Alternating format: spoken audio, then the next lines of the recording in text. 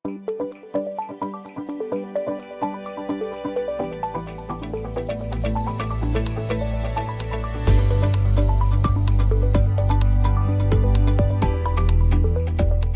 ba naman ang hindi nakaranas na ma-stuck sa matinding traffic?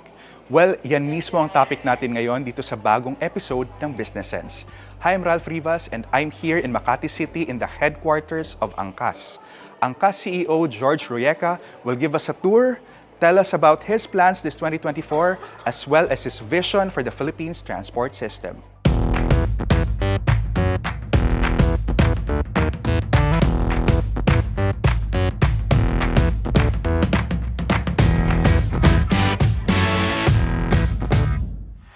Hey Ralph, Hi. how are you? Hi. Welcome Hello, to Angkas. Wow. Beautiful space. Salamat. Sobrang unassuming niya kasi sa labas, it looks like a typical warehouse. Parang Angkas, unassuming, di ba? Pero maganda talaga. So yeah, anong meron? So welcome to this space. So this is our corporate headquarters. We actually have two facilities. This one, and then our Tagumpay Center, which is our training center in Ortigas Avenue. So that's where we train all our bikers, pero ito yung head office. So let me show you around. So we have the parang drinks bar here. We have free coffee, juice. May beer? Wala. Pag Friday night. Oh. Okay. But this is work from home kasi. So we have a hybrid model. So here you see may mga cameras in front eye level. So you can have a really good meeting as if you were there. Diba? So we have a lot of these things all over. We have a lot of meeting rooms. This entire first floor is our customer support team. So we have them here and later on the other side. Sometimes when they're not doing calls, they have these isolation pods which kind of blocks out all the sounds. So we do everything from social media, calls, support. So you can call in, you can do social media. We also have an emergency response team 24/7 to respond to any accident anywhere in the metro. So kailan pa tong space na to? I mean, it's bright yung colors. I mean, yeah, it's pretty very startup yung vibes. Yes, definitely. I mean, we want to have that startup vibe all the time. Very, very light. We want people to really want to go to work. So we have a hybrid model, but coming from the pandemic, obviously, maraming nasanay na sa bahay. So we try to make it as homey as possible. So this is actually parang open desk to eh. So you can actually go to any desk. They can go to a corner and start working, or they go into a meeting room, one of those spots that you saw earlier. Yeah. How often ka ba nasa office? You're here every day? Every day. Every day, yes. Via Angkas? Of course. Yes, I use Angkas on a daily basis. Yeah. We have the... Kapag nare-recognize ko ba ng rider mo or ano ba? Yes. Oh. These are lockers. Lockers yeah. for the employees. Yeah, the bikers recognize me. It's kind of embarrassing sometimes when they try to offer a free ride. Obviously, I don't accept. But yeah, I try to talk to them on a daily basis. In fact, I meet with a lot of my bikers every single week. Most of our biker leadership have a direct line to me, so they go to me directly for some of their concerns. So we just want to make sure that we really have a tight-knit community across all our bikers. We have dito tayo sa this is our pantry. Amoy ulam na. So we have a cook that provides food for the employees. Hello, okay lang.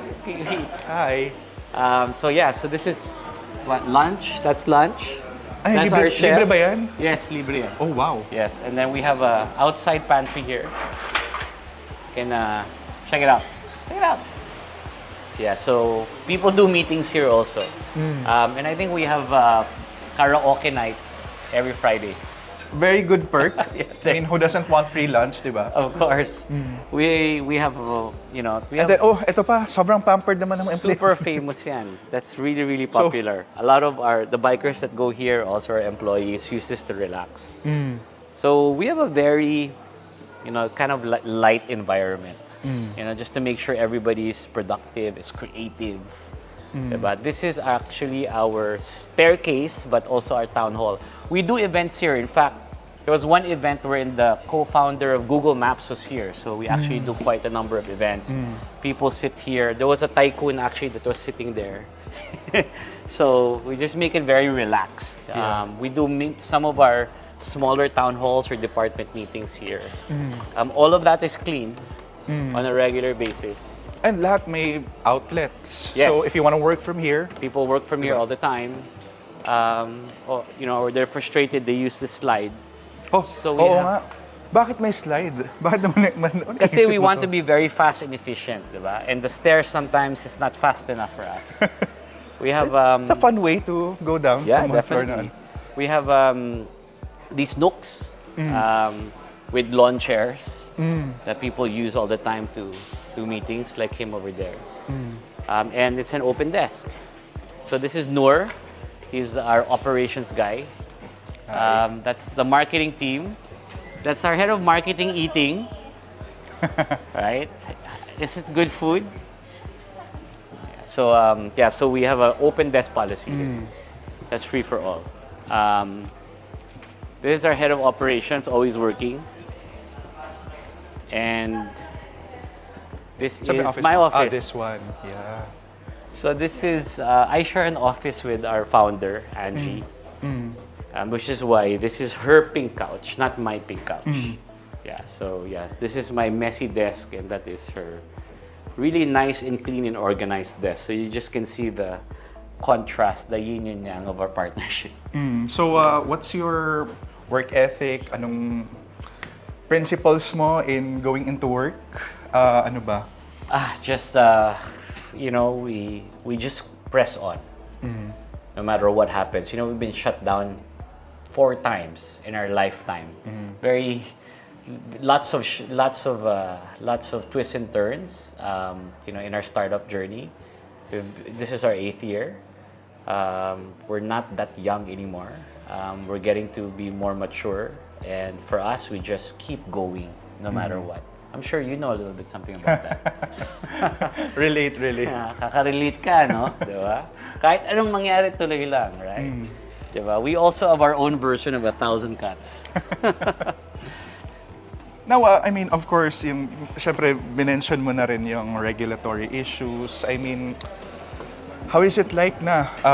Do you think okay na? Or No, look, I think, what my sole job is to really change mindsets. It's to really prepare everyone for that paradigm shift. And it's just a very different environment now. When we go to Congress, we go to Senate, everybody believes in motorcycle taxi. When I get greeted by people, they tell us how fun our company is and they give us praises. as compared to to being put in jail, right? So being threatened to be jailed. Back then, my wife and our founder, threatened for deportation. So but the it was, conversation is very different now. very, very different now. So now it's about, okay, now we have that permission. How do we institutionalize that permission so that it doesn't change with the wind? And also, how do we expand as quickly as possible to the rest of the country, create a system that works and that creates job opportunities for millions of people all over the country. Yeah, so that's now the next step. So this We're supposed to open. go down there, pero we'll Okay, go sige, down balik there. tayo dito. Kasi, of course, nandun na yung slide, di ba? So might as well. So, this was designed, this opened 2022, right? Why, everybody's doing the work from home na eh, di ba? So, why still invest into this space? Well, we're a service company. I was told many, many times we're a retail because we interface with our customers face to face. So there still has to be that physical touch. Yeah, And obviously, you want to build camaraderie. So, for sure. So here we are, Ayan. the final step. Saan mo nakuha tong idea na to? Putting a slide. I think it's just fun. It's just fun, yeah. Sino gusto mauna? Be my guest. Ako na muna, sige. Sana may ganito sa Rappler din, di ba? Oh my God. Oh my God. Saya. All right, my turn. Okay.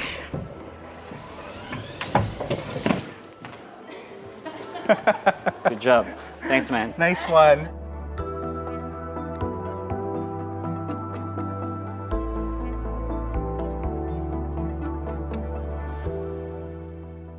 So, George, in this very Yes, Ralph. messed up ecosystem, transportation ecosystem in the Philippines, nasaan si Angkas at ano yung nire-resolve niya and what are your aspirations?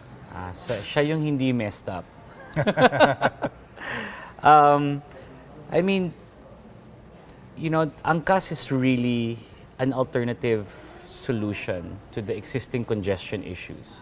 And I think as we've been operating in the metros, we see that you really need small and agile forms of transportation to negotiate through the congestion. And I think that's where Angkas plays a vital role. But this is only in the metropolitans, or at least the major cities. The thing about cities is that you kind of expect congestion because that actually equals to progress. That's a sign that the city is progressing. But as the city progresses, you need to make sure that, as the city progresses, you need to make sure that you provide mobility options or you increase the mobility infrastructure. That's where we come in. Because at no cost to government, we're able to provide that solution. But as you go outside the key cities, you go to the provincial cities, the usefulness of Angkas or the USP of Angkas becomes completely different. From an alternative mode of transportation to the primary mode of transportation. Because when you go out, there's no more cars. There's no more other forms of transport. In fact, there are about 19 million motorcycle owners in the country. In our own internal estimates, maybe about 1 million to 2 million habal-habals. These are the informal motorcycle taxis. There's maybe around 8 million registered cars, and 50% of those cars are in Metro Manila. So you really have to look at it from different approaches. But I think what we are is, we are a mobility option as part of the entire transport infrastructure. So in an ideal world, ano ba dapat yung itsura ng transportation system natin? Kasi the government rolled out the PUV modernization.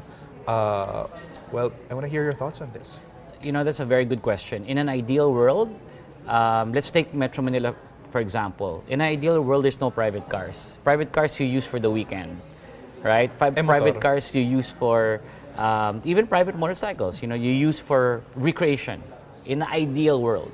And you use the public transport system to your daily commute, for your daily commute. Where we will be hopefully end up in metropolitans, in a really mature, advanced metropolitan transport system, is we're a feeder system. So from your house all the way up to the mass transport hub, whether it's a bus station or a train station, we provide that segment. So no more point to point. It's really a feeder system into that infrastructure. But even within that feeder system, you want to provide options, right? Because you have jeepneys, you have tricycles, you have all of these in between feeder systems into the transport hubs. So what you'd like to do in an ideal transport system is you have multiple options from your home all the way up to the main transportation hub, which is the mass transit system. And from that mass transit system, that's the main thoroughfare that gets you to, at least, 75% of your destination. Mm-hmm. And then you go back to another agile form of transportation to get you to the final destination. Because of course, the mass transit will never get you to the point of destination. Mm. Yeah. So that's ideal. Yeah. Itong ni-roll out na PUV modernization, I mean, there have been lots of comments saying it was anti-poor, diba? It's too expensive, electric vehicles. Your thoughts? Modernization is, generally, human nature is always resistant to change, right? Yung nakasanayan natin. That's something that, people will always kind of just naturally defer to. But I think the modernization needs to take on a more holistic approach. It's not just about the upgrade of the vehicle, and I don't think that is the only pain point we're trying to solve. Because when you say upgrade of vehicle, of course, the vehicle's more safe. That's definitely critical. The environment is also critical. But to jeepney drivers, to consumers, to the workforce that commute every day, the pain point has nothing to do with the modernization of the vehicle itself, but rather, will my life be better? For jeepney drivers, will I have a stable income, right? For customers or passengers, will that eliminate my long queue lines? Will I be able to predict my commute times because I'll know when the jeepney arrives and when the jeepney departs, right? It's on schedule. So that's the pain point. And one aspect of the modernization is vehicle upgrade, but what about the other aspects, right? So we need to create a system. So kung ihahambing ko yan sa Angkas system, it was a bit more of a holistic approach, right? And of course, we've been doing it for 7 years already. This is our 8th year, actually. And we have kind of gotten quite good in creating this ecosystem, not just for the bikers, but for the commuters as well. So for the bikers, we have stable, regular income. And also for the bikers, the access or the capital access to the motorcycle is very affordable, very accessible to many, many people that want to become drivers. In fact, we have a 1:1 ratio of ownership, right, of motorcycles to the people that are using the Angkas platform. So hindi siya pwedeng fleet? Di naman hindi siya pwede. There's no explicit prohibition on that, but bikers can afford it, right? So there's no need for fleet operators, right? They themselves are the operator. They themselves are the entrepreneur. Yeah. And for the consumers, it's very convenient and reliable because it's on an app. It's point-to-point system, and when the driver's arriving. You'll be able to book anytime you want. So it addresses those pain points. So how do we now create that ecosystem or set of protocols or set of systems to address those pain points? So we have to really go back to who are we really serving? At the end of the day, we have to serve the people, and that's my take on the PUVMP. Yeah, and of course, you have many more plans. What about your plans this 2024? You're rolling a new app. What else? Yes, we're very excited. Admittedly, as a pioneer, we started the app for motorcycle ride-hailing.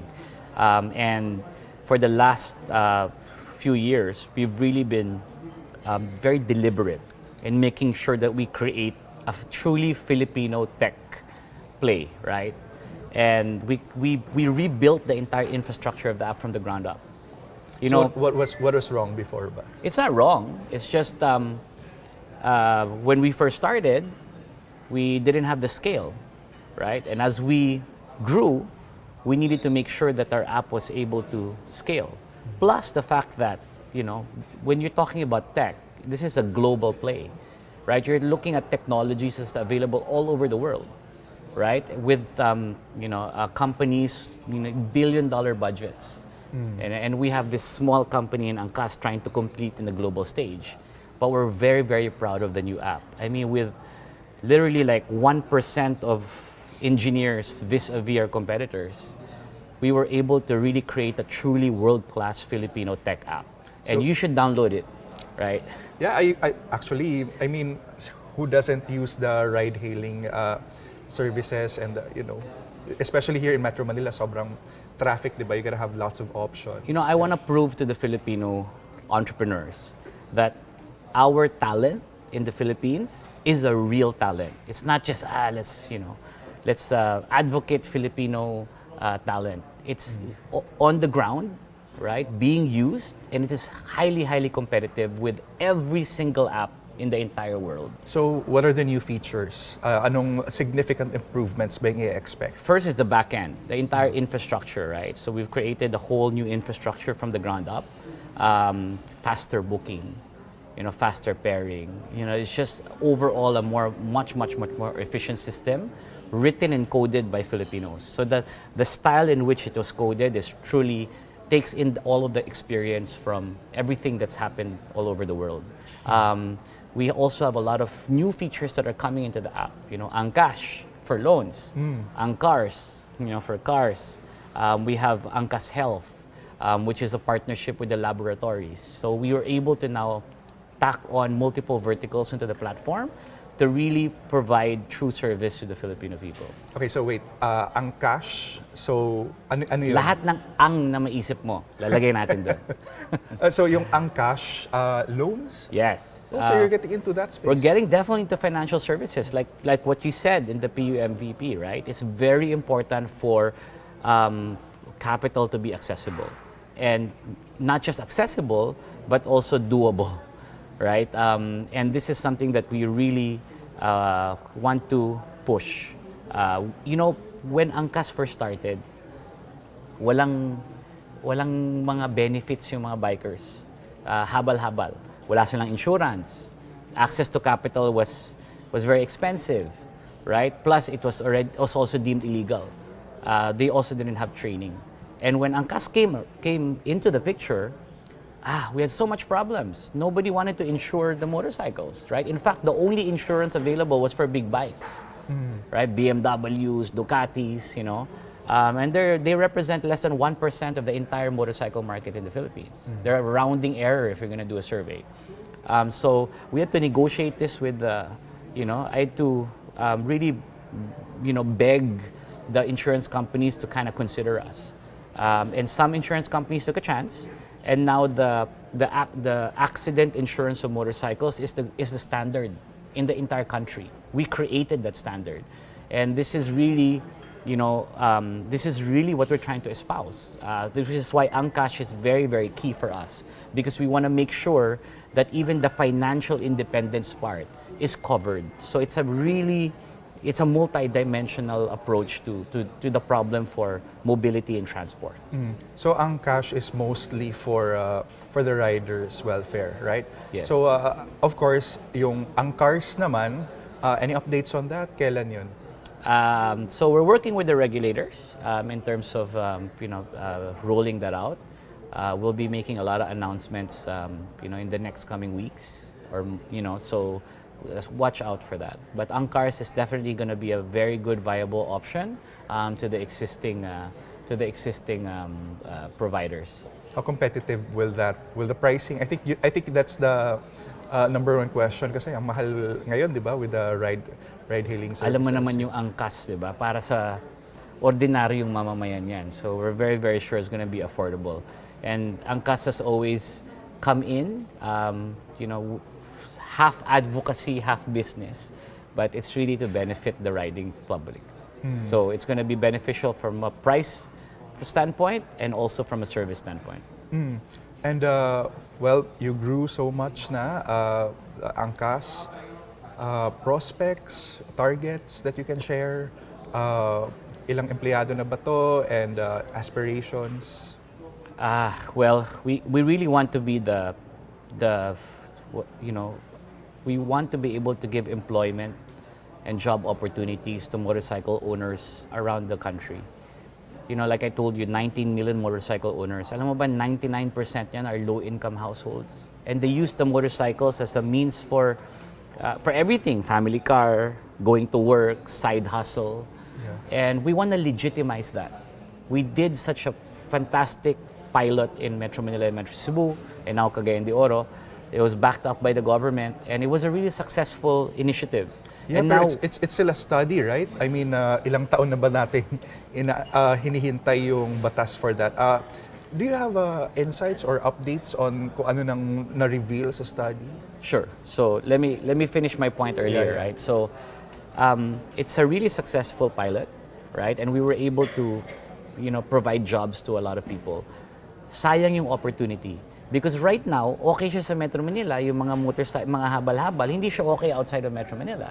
So we want to be able to provide those types of, stable income, job opportunity benefits to millions of bikers out there.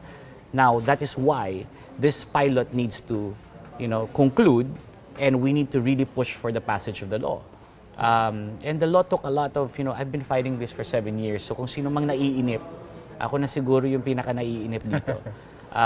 But the evolution of the law took a lot of different journeys, right? From a simple amendment to the traffic code to now a fully comprehensive standalone law with provisions, very specific provisions that protects the commuters and the bikers themselves, the drivers.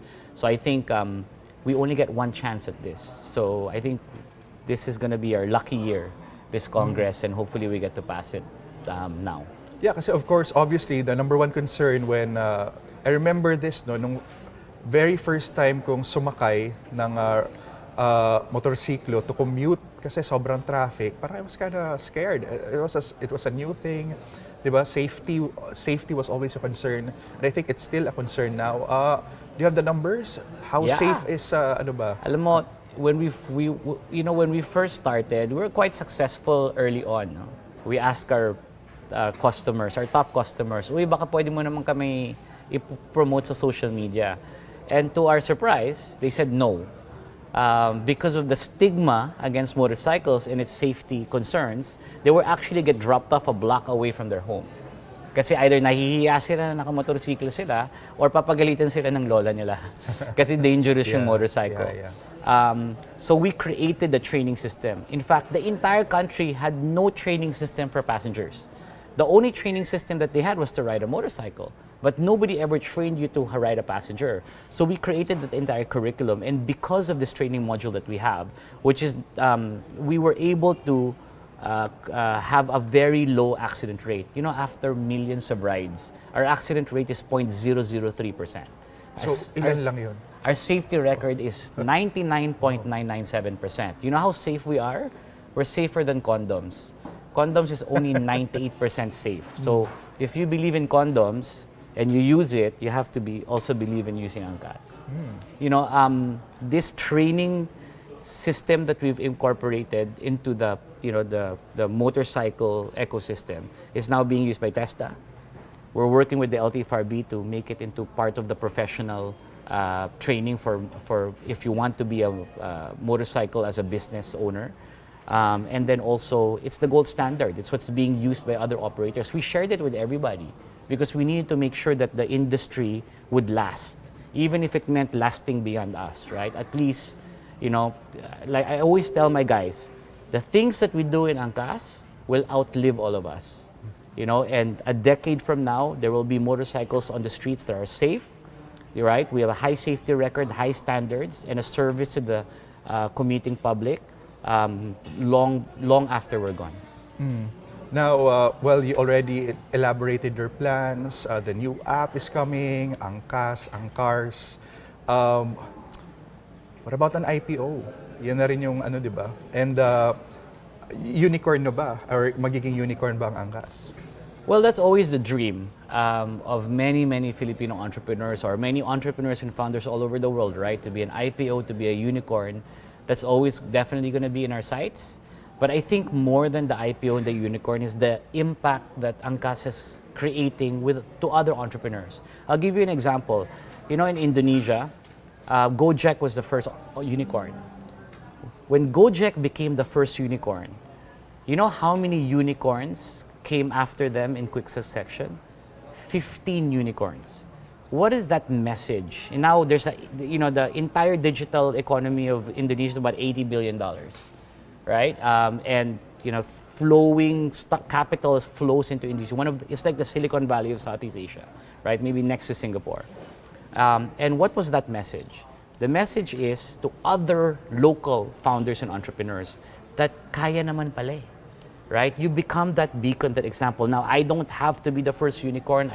There's other very good tech startups in the country that are homegrown, that are Filipino.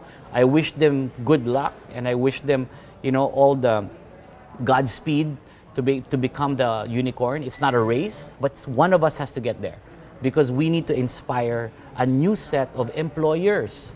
We shouldn't be just a country of employees. That's fine, right? But we need to, hopefully, some of the employees here also become their own entrepreneurs later on. And really, that's the spirit in which we are here in this office, which is why our office is like this. You know, we want to be as entrepreneurial and as startup as possible.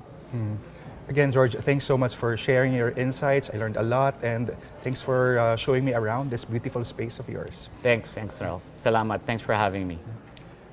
Let's continue the conversation over to the Rappler Communities app and join the Money and Livable Cities channels.